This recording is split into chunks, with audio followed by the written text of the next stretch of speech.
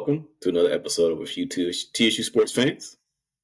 Today we have the meet, What's up, Big Blue? TSU Madness, What up, Big Blue? Basketball season, baby. Let's get it rolling. The real You say what? The real what? the real season. Real season. we still got football left, guys. Now cross country is over. Tennis may be over. But golf's still in session. Golf, football. Tennis really crank up in the spring. Oh, yeah. So softball starting practice. Okay. Volleyball still in session. So we got things to talk about a little bit. Football last 2 weeks, out last week. So took a little break. But they lost the last two. 17-16, West Illinois. They pretty much got hammered by Lindenwood. Trader said we got hammered by Lindenwood. What are your thoughts, guys? I'll let y'all turn my screen off. I don't know. Yeah. So you're gonna throw it to us and you're gonna walk out. Well, we got a long way to go, fellas. And but the sky hasn't fallen. We 2-7 or 2-8 now? 2-7. 2-7. And a couple of games left. And we can hopefully end on a good note. I know we got UT Martin this weekend coming up, but hopefully we can end the season on a good note. I mean, we still got good pieces. Defense is still pretty good. Offense just needs some needs work. And I'm hoping that we can start throwing in some other guys, who we can still keep their red shirt and hopefully see what they have, try to get them ready. We didn't have a spring game last year, so, we can treat this as an opportunity to see where guys are. Of course, we want to try to win, but we know we're preparing for next year. So, why not, put some guys out there, be able to put some plays in and just see how they perform and get ready for next year. We got to start re-recruiting our own players and, let's add to what we have and keep it rolling. Yep. I think, listen, man, got 3 games left. Finish strong, fellas. Yeah. Finish strong. I'll say this, man. What's the definition of insanity? When you do the same thing over again and you just expect a different result, right? Right. I ain't saying I'm there yet. I want to see some of the younger guys. Yeah. I want to see some of the younger guys. Or let me not say younger guys. I want to see some other guys. Yeah. I think, again, we're not at practice. We're not in those film sessions. We're not in those preparation meetings. So this is not a shot at any other coaches. But I want to see some of the other guys. I have an opinion on some things, but I want to see some other guys, because if we don't see some other guys, then we're going to continue to see the same thing that we've seen for the last majority of the season. Yeah. So we're going to it's an important off season coming up, and we got 3 games left. I want to see what some guys who haven't played much, I want to see what they can do. Yeah. In particular at the quarterback spot. Yeah. So I know what McNair can do. I know what Palmer can do. I want to see what some of those other guys can do when they're given the opportunity to be quarterback 1. Yeah. And the rules sort of changed now, where if you can still redshirt if you play games. I think it's like 4 or 5 games. So we have 3 left. So you can give people some time. Give them in all different positions. Say, hey, you're ready to go. Yeah, get some time. Have a good experience. Get some snaps in. Even some special teams. In some cases, just get out there. See. So you can see what it's like. You get ready for next year. You really talking about again next year, right? You see a lot of talent out there. Rhymes got hurt towards like mid-season or so. Haven't been the same. We saw him a 30. Zacharias Brown really take over as a freshman. You see 19, can't remember his last name. Got number 19 running back. I think Porter. Put some good runs. Good runs in. Wide receiver wise, you see Slaughter out there, and you see 14 out there, Hughes, and number 9. So you see guys out there who can make some plays, But that goes back to, I saw a picture and I said, hey, we need these 2 guys back. I think it was Slaughter and Hughes. I think they had, and as I put down, support the 1912 group, the NIL group, because the guys we want to retain. Guys who did well, they're going to have more options. Snap Reed, he's going to have more options, So we really got to be prepared for that, So we got to think about that kind of stuff. James Stewart has played amazingly. I'm sure he'll get some opportunities to play in some different bowl games, for seniors and different NFL tryouts, because that man, he has a motor. So I'm sure he'll get an opportunity to do some things. But, for our guys who plan to return next year, time to get people who can play, who's not listening, who doesn't fit the style, see who else is there, so you can sort of build towards next year. Go ahead. Yeah, we've been in this position before, where we, it's looking like, we didn't, I'm not saying we may win a game in OVC this year, but we've been in this position before where we didn't win a game in OVC in Coach Reed's first year. And then by year 3, he had us 8-3.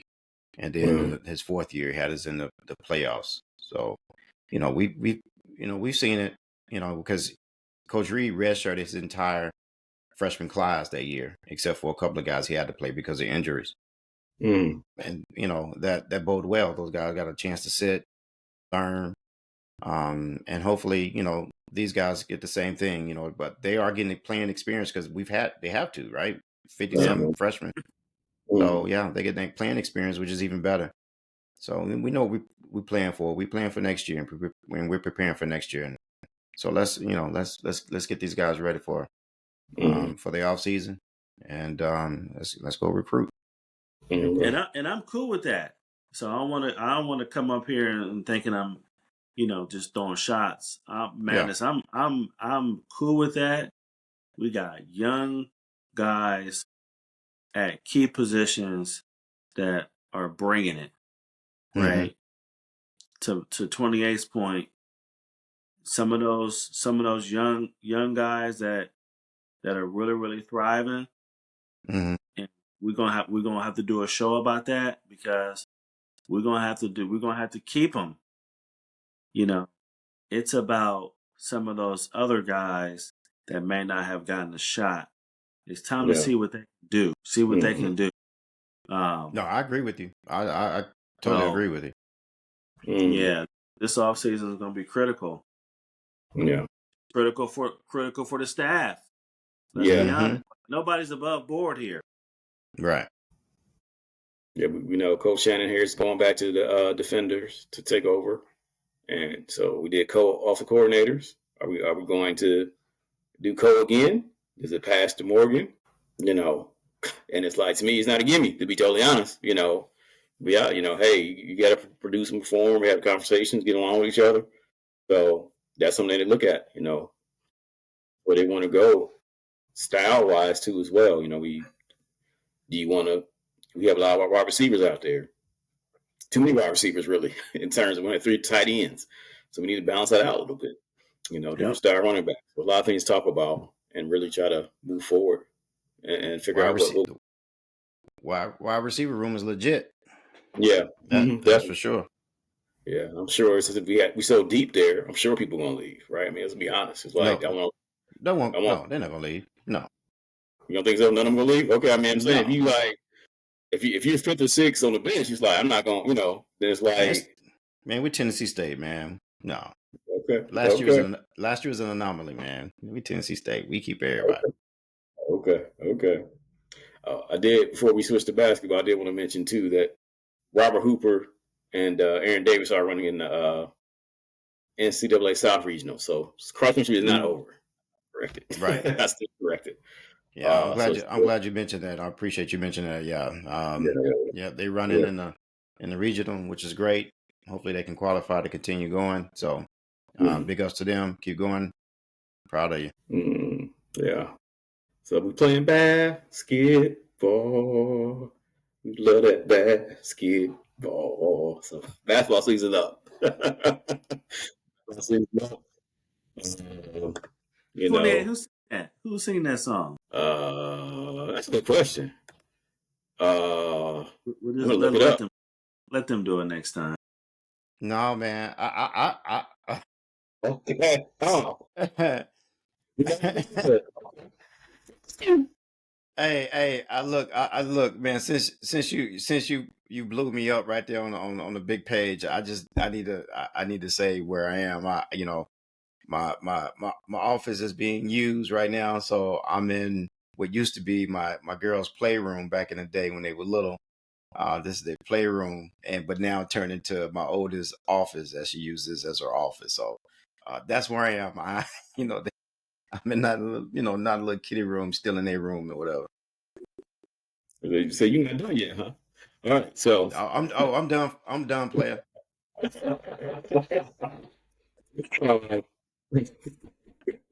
so we played against MTSU. And MTSU is a very, if people who don't know, the MTSU is a very good women's basketball program. I mean, it's probably 10 to 15 years running, probably 20 years running. Since the OVC days, I mean, let's be honest, they've had a really good program. And so somebody reached out to me and said, was it really good that they hung out?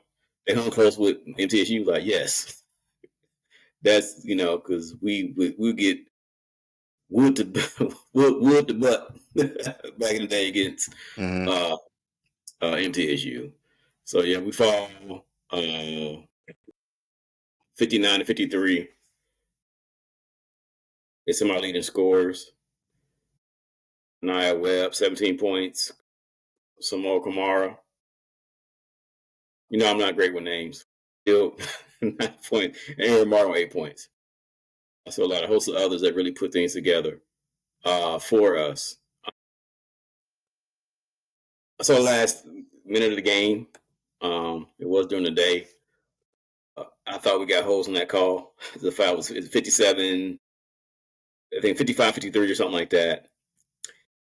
A foul. It was like, okay, it's ticky-tack, but hey, that sort of put the game out, reach a little bit. I mean, in terms of free throws and stuff like that. But what are your thoughts about the game? For basketball guys, I've talked too much for basketball. Demetrius, what are your thoughts about the game? Yeah, I'm gonna have to defer because I didn't see it. But from what I've read, listen, first game of the year, untraditional time, 10 o'clock in the morning, I think it was. On the road, albeit it was down the street, and to come away, from two possessions from tying the game. I mean, that's the kind of start you want, and I'm Mm-hmm. sure Coach Dupree isn't happy with the result. And from what I've read, we had our chances. We talk about stuff that we can control, right? Free throw shooting, you know, um, being undisciplined, even though 28, you said that was a bad call, which 9.9 times out of 10 it is. But if you want to win those games, you can't make those fouls. Yeah. So, um, good building block. I'm gonna go back and watch it just so I can see it for myself. But you lose by 6 to a Conference USA team on the road, where you first half you down 10, end of the third, now you got a chance, but you didn't close. So I think those are some of the things that coach probably going to be telling the ladies, we got to close, Yeah. and you close by not making dumb fouls. You close by making your free throws. You close by being disciplined. So game one, I think this is what we're gonna see. I hope this is what we're gonna see throughout the year. I think so. I think you two will believe so. Yeah, I'm happy. Yeah. And Yeah, it Papa, was. to your point, the last foul, real quick, it was 5 seconds left on the shot clock, and the best player had it. Yep. And honestly, she didn't have to reach for it. She could have just stayed. It's like almost a trap. She could have just stayed and sat there, and the girl shot a bad. The girl shot a bad shot. So yeah, this is yeah. Mm-hmm. I mean, Go ahead, you want man. your player, you want them to be aggressive. You want them to be Mm-hmm. aggressive. So, I'm sure coach is probably telling her, "Hey, I want you to be aggressive, but you got to be smart. It's 5 seconds on the shot clock. That's when you got to trust your discipline. You got to trust your discipline. Let your bigs or your teammates be able to box out and get a rebound if she gonna miss, because she gonna miss. So Mm-hmm. I think those are some of the things I'm sure she's probably telling them. Be aggressive, but be smart. Yeah. I think the ladies played well.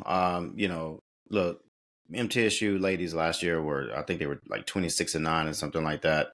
I think they came in second in the Conference USA. I mean, Conference USA is not a slouch. They have some pretty good teams there, and for them to lose only about 6 to them, I think they did well. Kiki Roberts had I think she had 10 rebounds, I think it was. You had Naya Webb, who performed well, and at the beginning of the game, MTSU was getting to the basket. They was getting, they were straight up doing. If I can remember, I think they were like backdoors. They were backdooring them. They were backdooring us, and getting to the rim for layups. So they cut that out. They were able to stifle that. After the close to the second quarter and then into the second half.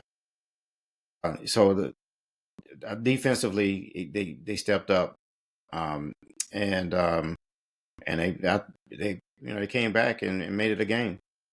To lose by 6 to MTSU is actually it's promising. Just put it that way, it's promising, and I feel good about going into Wright State. I think we play Wright State, but I'm mistaken, it's Thursday, and so I feel good going into Wright State, and well, actually it's a home game, and playing them. I think we'll get the win from Wright State. Yeah. And look at the percentage points: 10 to 21 free throws, 3-15 shooting. I know it was a tough fought game. It's not like MTSU didn't shoot that well either. So it was this kind of game it was. But 3-15 and 10 to 21, you can't come on. You make 5 more, you win that game, right? I mean, and that's doable to make 5 of those free throws. So 6 of those free throws. 1 point. So you're talking about changing the game, and they definitely could have done that. There's too many missed free throws right there. 11 is way too many. To have that. But half of your misses was from one player. So your best player for that game, right? She makes 2 or 3 more. Now it's a 1 possession game, right? So a lot of encouragement. I mean, you got Roberts double figures on the boards, and you got Whitfield that was damn near right there. I don't know if we won the rebounding margin, but I'm going to probably say that we were close. Let me scroll down. 44 to 25. 40, yeah. Or is that 44 total?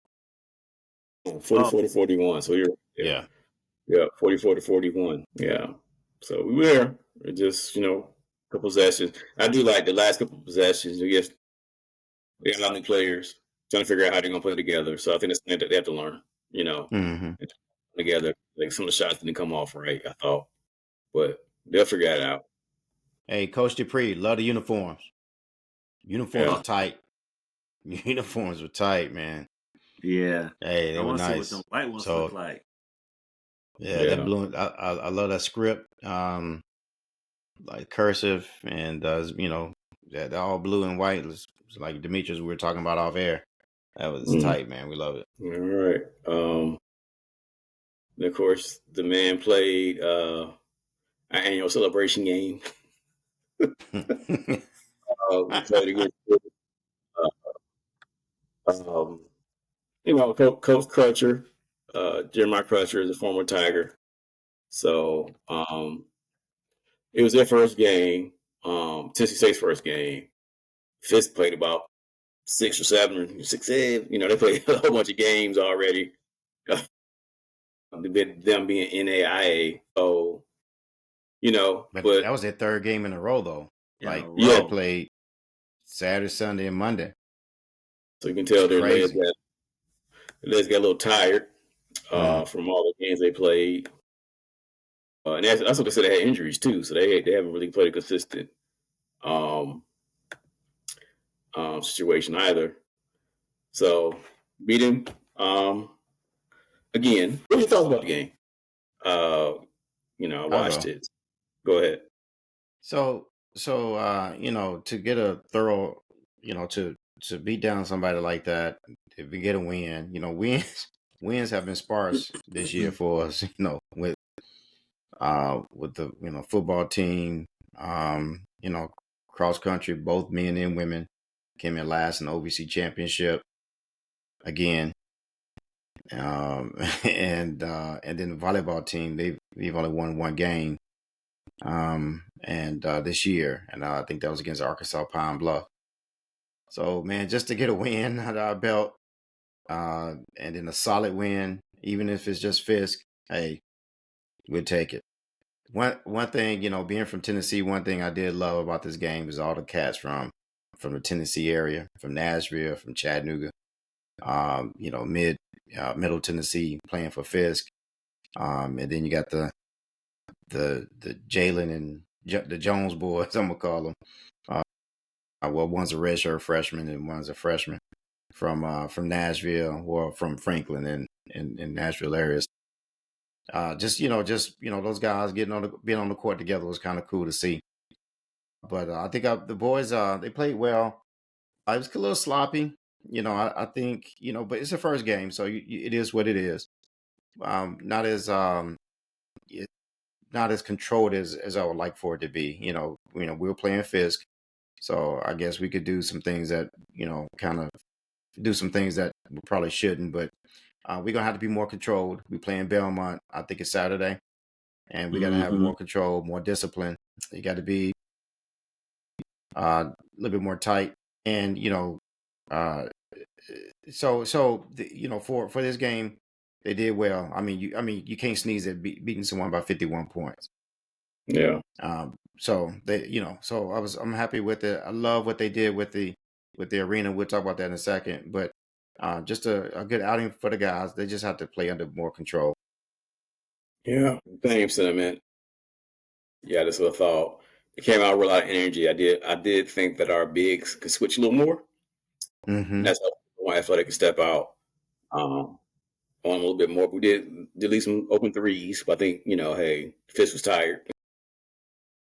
Because we didn't shoot the ball from three that well either. Until like maybe second half, we start knocking down 3 or 4 different threes. But the first half was it was all pretty much, half court runouts. Because we stopped them. We out-rebounded them. Our size really bothered them. So, but I did think the athleticism, I think I saw that a little bit. And also the intention to being defensive minded. I think I saw that a little bit with them. Definitely in your face. Definitely getting out there when they weren't lackadaisical the second half. But coming out there, they really were intentional about getting in and getting in people's faces and stuff like that. So I saw that a little bit too as well. So I'll say, Dante Harris is, I watched him from Georgetown, Virginia, and Memphis, and now TSU. He's a defensive specialist. But man, who really got in the face of those Fisk guards? Spikes, man. Spikes was Jabron Spikes. Yeah, that Joker was a hound. He was definitely a hound, and I enjoy watching him play. And his defensive skills in guarding those guys. So he's going to get playing time for that particular reason. And also I think it's Petrie, or is Pitre, the center, 6'9". He was really the only low post presence. I know. What's my kid's name? Oh God, I forget his name. But anyway, he's like 6'7", a skinny guy. I can't remember his name, but he got a couple of blocks. But I think Petrie was really the only really low post player that we had. I guess our other big guy that we got from Southwest Community College. I guess he's hurt. I guess because I saw him over in Sweats. He didn't get in the game. Mm-hmm. Petrie was the only, and so we're gonna have to develop that. We got some tall guys. I know everybody and mama these days want to be a guard. But we got to have some guys. We got to have that presence down low. And I forget Brooks. My apologies. Brooks did do well in the low, but when it comes to posting up though, I didn't see him post up enough. I didn't see him post up as much as I would like to see him post up. Yeah, I think if we look at their offense, I don't think you're going to see a lot of post activity. Mm-hmm. The big fella we had last year, I think that was his go-to. I think you're probably going to see a lot of movement. 51-point win, that's the type of dominant performance you want to see, at least on the scoreboard. Mm-hmm. Now, if we double-click into the activity, I think both of you are spot on. Erratic at times, undisciplined at times, but I think those are things that they can clean up. But for me, 28, you said it, athleticism was on full display, right? Mm-hmm. Depth was on full display. Continuity from last year with majority of the team coming back was on display. So for me, what I'm looking for Saturday's game is who's going to emerge as the lead guard. I think Dante Harris, Khalil London. I think that's going to be the tell sign. Who's going to emerge as a lead guard, and then 2. Man, I like J.C. Brooks, man. Bro, I like J.C. Brooks, man. I think he's going to be pivotal throughout the season. If he can take that leap, Manus, I think that's going to answer your question, because he's long, he's lanky, he's athletic, he can move, right? We talk about rim runs. Mm-hmm. He'll put a lot of pressure on defense in transition. I think defensively, he can cause some problems. And you can't teach 6'11". So, right. So I think Friday's going to be the test, and to see where we've grown, because there was some stuff that was going on yesterday that made me want to turn the damn television. And I'm just like, what are y'all doing? Yeah. For example, Antoine Lord missed the layup, comes out, gets yanked out. That's who I was talking about. Good. Antoine Lord. That's exactly who I was talking about. Yeah. And then comes in, has some bow and hand turnovers, but that kid is, to me, in my opinion, that kid is the most talented on the team. And I don't know if he realizes it. He is the most talented on the team. So he's good. The cupboard ain't bare, as they say.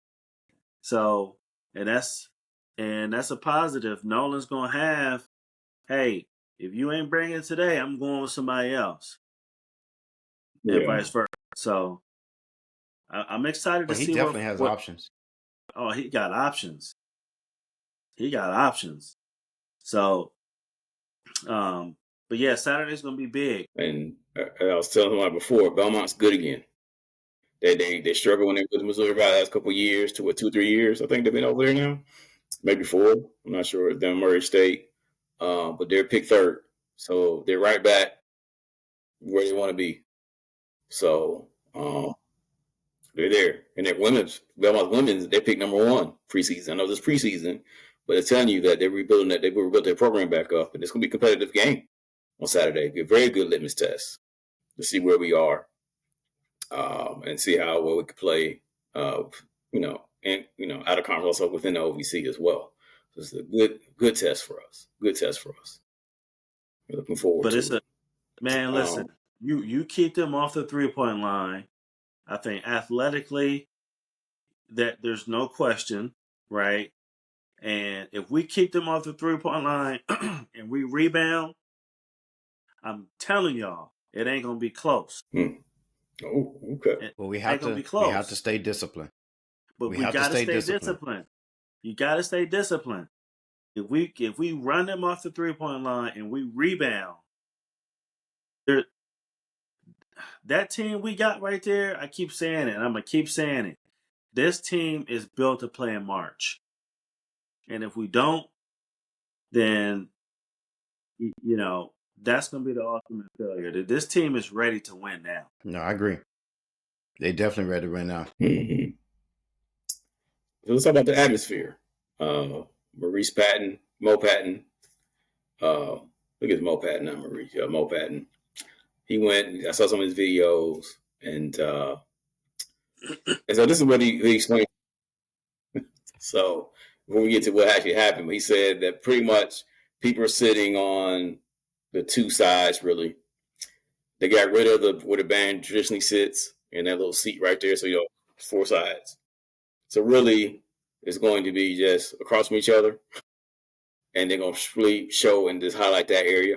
And they may bring some seats in for the student section behind the other. But I don't think they can pull out the big ones, just like bring something in or something like that. But they're really trying to focus, make sure everyone sits on the lower bowl on the 2 sides of the stadium. It seems like for this one, and they put the band up top above the track, and so it's sort of a different ambiance they're trying to pull off. So, what are your other thoughts about what you guys saw? So the student section was gone. I think that the SJ sat across.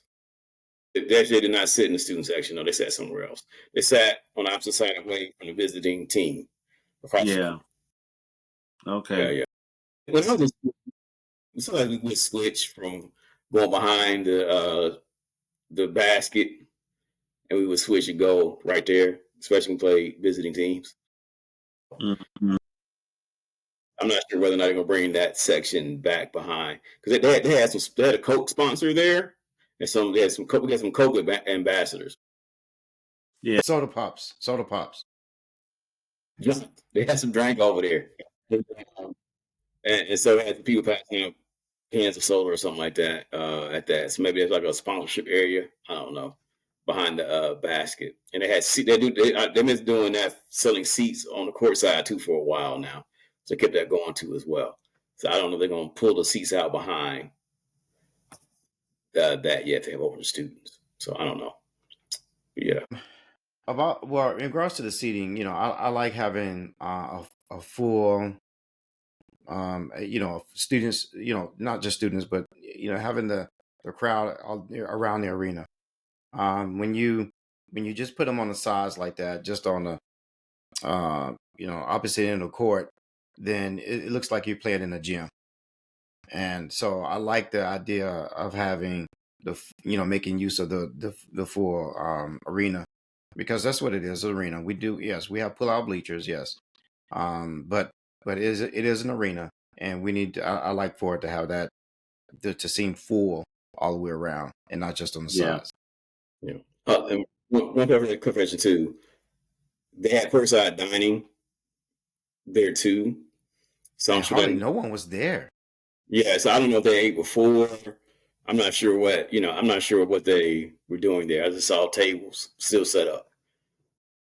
You think that's an every game thing, or just happened to be at the Fisk game? Probably it's a Fisk thing. Yeah. Okay. I didn't even see an announcement about that, to be honest. I didn't see any kind of communication about that. So, yeah. So maybe maybe people who pay the money around the court side or something, maybe they got some meals or something like that. If they do that, if they want to give me food, they should tear it down. After there's no point in keeping that up. Yeah. And also they did add another video board. Like I don't know if it's like it's bought in a portable video board in too as well. So it's for the people who are courtside. I did see someone, maybe one or two over at the tables. Yeah. Lighting was good. Love the lighting. I know the halftime they had some dancers and they used the lights for that. They used the lights for some other things. The lighting is cool. It was real cool. To see. Also the banner they're going across around the top of the bleachers or the stands. That railing around the track. That was good that they put that there. I mean, just added to the to the experience, and I thought that was really good. Yeah, I mean, Madness, I think you you hit it on the head, man. I think watching it from television, you're like, damn, the Gentry look good. The lights, it was popping. I said the only thing we're missing is a sellout. Is the arena looked good. So shout out to the administration and the folks. In a real nice jumbotron. Let me throw that in there. That too, which I'm optimistic that it's coming. So, but yeah, man, Gentry look good, man, and this is a transformation over these last few years with the Hall of Fame being added to the wall and the paint job, and I'm appreciative that they're investing in what we have, and because it's got good bones. Our new sound system last night, so we get a jumbotron and some upgrades to some seating. We cooking with grease. Now we just need pack 10,000. There you go. Let me pull up Mike Patton. I said Mo, that's the other guy. Yes, I knew it wasn't Mike, but but it's okay. So that's what they're doing there, with the lighting and stuff like that. So, to give you a taste of it for the whole thing. I think it's great, man. The intro, I mean, it's different for our guys. We haven't had an intro like that. I think 1 year we had we had some smoke. I was using smokes and things like that, but the lighting piece and the using the video boards to introduce the guys, that's really cool. We stepping up our game, and I appreciate Mickey for doing that. Yep. 100%. I just, again, go back to talk a little bit about attendance and FIS. Even Coach Penny on his way out was like, what do we do with this game? It's a community game. The NAIA, they dropped the division. NAIA, I think they were Division 3 at 1.2. Then they dropped down further to NAIA, and it's like, what do we do with this game? You sort of need to play it. But maybe it should just be exhibition. Honestly, and not even count. I don't think we need to play it. I don't think we need to. Honestly, I don't think we need to play it. I think Penny hinted at this last year where we could do something where us and FIS can play on the same night. Like they could play before us, right? Because I think there was rumored that FIS was going to play Oakwood, and then we was going to play somebody, almost like a double header, to give them and Coach Crutch, an opportunity to play in front of a big crowd. I would like to see that in the future where, there be FIS as a competitor, them as a sibling. We can create something for them as the first game of the season where, it's more of a North Nashville celebration community event. And, I think that might help us get a few more butts in the seat. So, you have FIS Oakwood play game 1, game 2, TSU versus Grambling or something like that. I don't know. I'm just throwing stuff out there, but I think that will galvanize. I like it. I like playing Fisk. We don't have to play them every year, but I like playing Fisk. It is unless we're really good that one year and we're playing Murray State. Murray State real good, and we're in the same conference, which we're not anymore. And that's we had a sellout that year where we beat them at Murray, and then they came here. We sold out Gentry. I think that was like maybe two. That was What was that? What was that? One of Covington's years, Yeah. his junior year or something like that.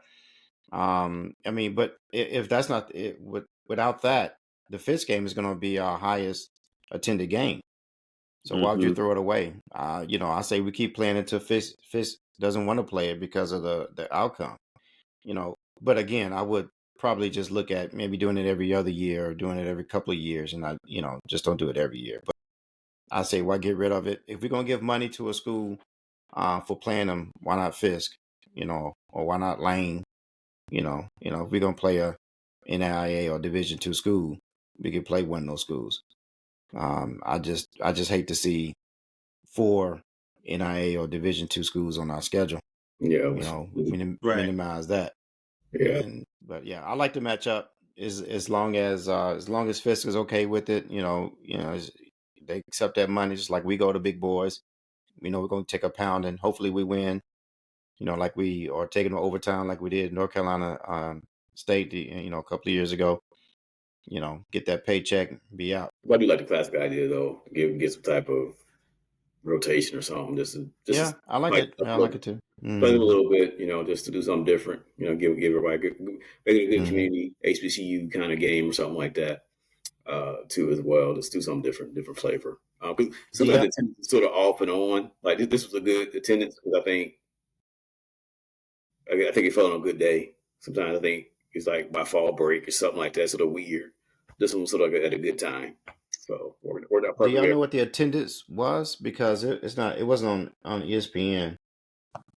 That's good question. I don't think I saw it. Let me see if it's on this in the box score. Yeah, I don't think they even posted. Yeah, they didn't announce it. We need those numbers we need those numbers. Okay, down the box. And not for us, but for our record books.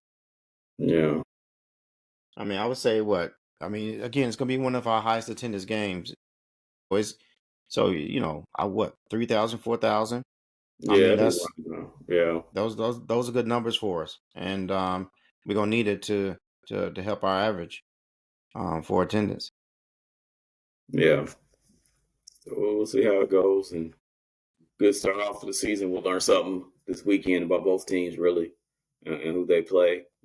Playing Wright State. I think we'll get them this year. We'll from last year for the women, and then I don't know. Last we beat Belmont. I think it's doing. I want to say during Ford's tenure. Penny never beat them. Yeah, it's been. Huh?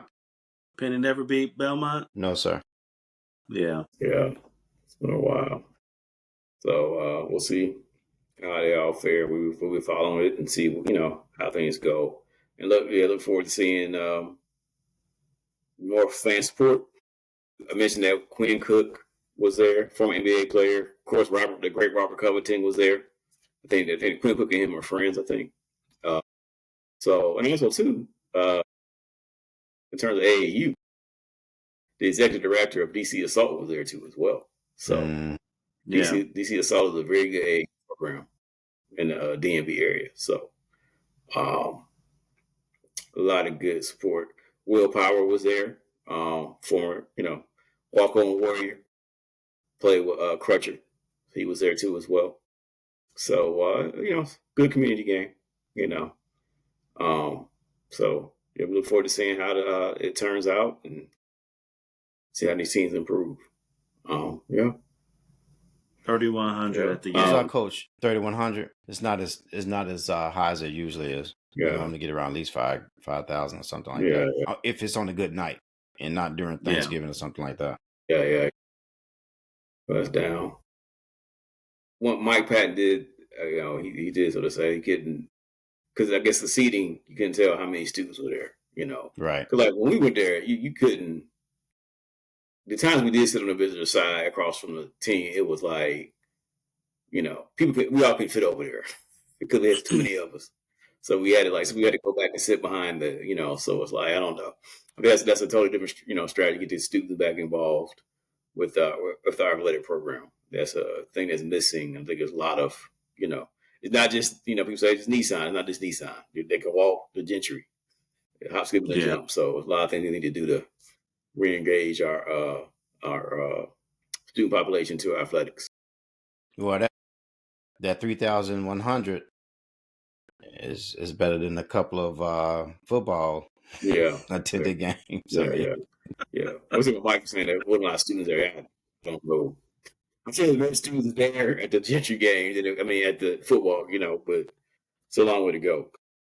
We used to get 3,000 this with us, not when we were there. Granted, hey, it's 10,000 kids, students versus 5,000 or so, how many we got. So different numbers, different times. So, but hopefully get our local supporters and alumni and to come out there to these games. We have 12 or 13 home games or whatever. Is it 9? No, 9 maybe 9 to 10. How many OVC now? All I'm teams at OVC anymore. Well, right now we still have 11. Right now we still have 11 basketball teams. Oh yeah, we're losing 2 next year. So yeah, we got 11. So we have 11 home games for basketball conference. So we got 11 opportunities to go out there and support our team and get out there. So we'll see how it goes. Our last time beating Belmont was in 2018 year. 2018 year. Oh, so then. And I think that Penny's was first year. Coach Penny's first. It's either Penny's. Hold on, looking it up. It's taking me a minute. Don't worry about it. But yeah, that's when it was. I'm not sure if that was Penny's first year or Ford's last year. Dang it, I just missed it. It was Ford's last year. Oh, okay. Yeah. It's been a while. Last year. Pretty much 0-11 or whatever. Played them twice for a couple of years. Then played them once last couple of years.